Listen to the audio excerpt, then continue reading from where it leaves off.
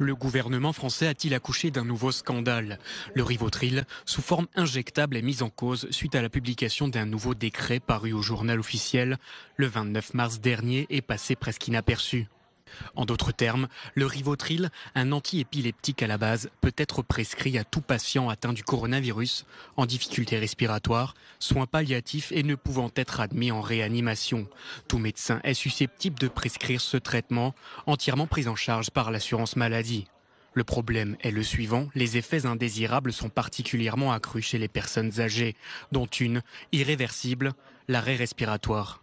L'injection intraveineuse entraîne cet arrêt respiratoire complet en douceur, c'est-à-dire la mort du patient. Une nouvelle affaire qui suscite déjà de vives polémiques et émotions. Ce décret a été signé par la main du Premier ministre ainsi que celle du ministre de la Santé.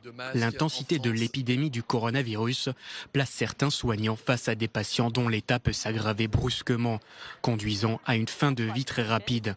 Les professionnels des soins palliatifs se mobilisent pour former leurs collègues. Plusieurs médecins sont déjà montés au créneau, comme le docteur Simoni. Les soins palliatifs ont pour mission d'améliorer la qualité de vie des patients atteints d'une maladie évolutive grave ou mettant en jeu le pronostic vital ou en phase avancée et terminale. Ils n'ont pas vocation à accélérer un tri barbare et arbitraire de patients par des médecins à qui on aurait refusé en amont les moyens du diagnostic et du traitement.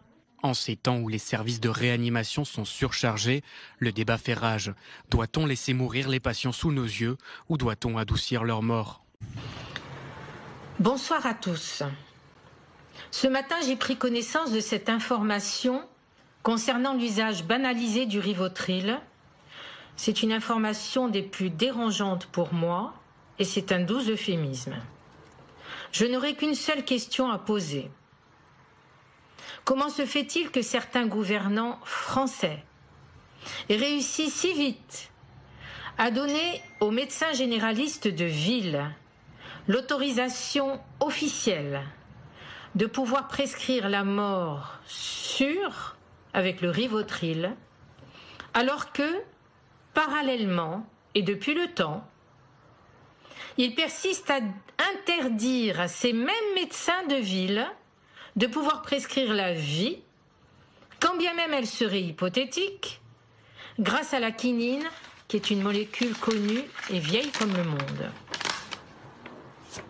Nous, médecins, nous ne sommes pas uniquement des médecins du corps, nous sommes également des médecins de l'âme.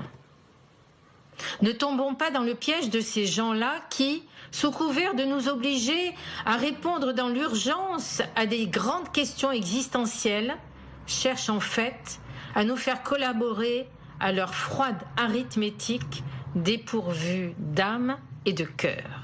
Et pour vous, d'un côté, on a le gouvernement qui interdit la possibilité d'une option pourtant cautionnée par un grand scientifique, le docteur Raoult, et d'un autre côté, on a l'autorisation d'abréger la vie de quelqu'un.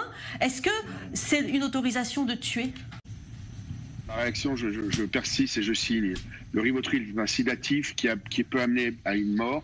À la mort, il ne doit pas être donné, justement. Mais le Valium aussi, le Tranxène aussi. Actuellement, aujourd'hui, et la morphine aussi. Un médecin de ville peut sur une simple ordonnance, c'est ridicule dans de n'importe dire quelle ça. pharmacie, à donner du Rivotril. Les dizaines de médecins qui m'ont appelé, qui sont au moins aussi compétents que le professeur Benchimol, pour qui, encore une fois, j'ai du respect, m'ont dit exactement l'inverse.